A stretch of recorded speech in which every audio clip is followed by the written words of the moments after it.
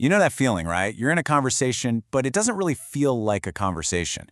You're talking, they're talking, but it's kind of like you're both just waiting for your turn to deliver a monologue. It's a super common, super frustrating experience, and in this explainer, we're going to dig into exactly why it keeps happening. So let's just ask the big question right up front. Are we, as a society, actually losing the basic ability to talk to each other instead of just talking at each other? Well, according to our source material, the answer to that question is a little worrying. The idea is that for a lot of us, communication isn't a two-way street anymore. It's become more of a race, a competition to get our own opinion out there. It's a performance, a monologue, not a real dialogue. Okay, so here's our game plan. First, we're going to look at the symptom, this thing called the conversational monologue. Then we'll dive into the causes. There's this weird loneliness paradox, the specific mechanics of disconnection, and this wild idea of the accumulation of self. And to wrap it all up, we'll look at the big consequence, something the source calls the digital prison. All right, let's start at the top. The conversational monologue. This is all about nailing down that core symptom we all recognize, that feeling of just waiting for our turn to speak. So what does this actually look and feel like? Well, it's more than just being impatient. Think about conversations that are just filled with self-display, but nobody's asking any real questions. The source has this amazing description. It calls it an emotional discharge. Communication stops being about connection and becomes about just releasing this built-up pressure inside, kind of like a storm cloud that just has to let go. So, if the monologue is the symptom, what's the underlying disease? Well, that brings us to the cause. The loneliness paradox. It's this absolutely bizarre situation where we are more digitally connected than any other time in human history, and yet we're feeling more alone than ever. And the key phrase here is illusionistically interconnected. Because the insight is that our digital connection is often just an illusion. We might have thousands of friends or followers, but it's a type of connection that, paradoxically, can make us feel even more isolated in a very subtle way.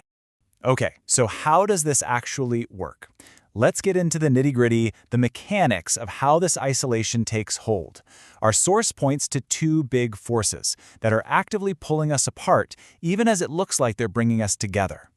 And this slide lays out those two forces perfectly. On one side, you've got this non-stop, one-way fire hose of information coming at you. You just absorb it. And on the other side, you have the entire digital ecosystem, which is designed to be centered on you. It's all about my news, my account, my data. Let's break those down a little more. First up, that information flow. I mean, just think about scrolling through your feed. You're getting hit with a constant stream of data, but it's totally passive. It's not a conversation, it's a broadcast. There's no back and forth. It basically trains us to be consumers of information, not participants in a discussion. And then there's the second piece, the centering on the self. Everything is personalized, curated, and served up just for me. And what this does is it creates a little bubble that reinforces our own point of view and feeds this constant need for validation, for likes, for attention. The focus just keeps turning inward and inward and inward. So what happens when you combine that one-way information fire hose with a world that's constantly telling you that you are the center of the universe? Well, you get this effect, what the source calls the accumulation of self. And it's like a dam that's just getting fuller and fuller, ready to burst. And you can really see how this pressure builds up in stages. First, we get cut off from those natural two-way conversations. Then, our self becomes this kind of holding tank, just filling up with all that one-way information and validation. And what's the inevitable result? All that pressure has to go somewhere. It needs to be discharged. And this is the moment the dam finally breaks. This quote just nails it. When we finally meet up with people in the real world, we're so full of this accumulated self that all we can do is just pour it all out, basically covering the other person in our own story, our own monologue. And that's what the source calls a splashing cascade. I mean, what a vivid image, right? It's not a conversation, it's a flood. And when two people, both with their own floods ready to go, meet, well, there's just no space left for listening or understanding. True communication becomes impossible. Now, this isn't just about a few awkward conversations at a party. The consequences go much, much deeper. And that brings us to our final section, the idea of the digital prison, and the very real risk of losing what the source calls our spirit. And when the source talks about spirit, it's not some vague, mystical concept. It's talking about our mental flexibility. It's that amazing ability our minds have to grow, to turn an idea over, to see it from different angles. You know, it's basically the engine of empathy. And this is what's really at risk here. When our only modes are consuming information and broadcasting ourselves, our spirit starts to atrophy.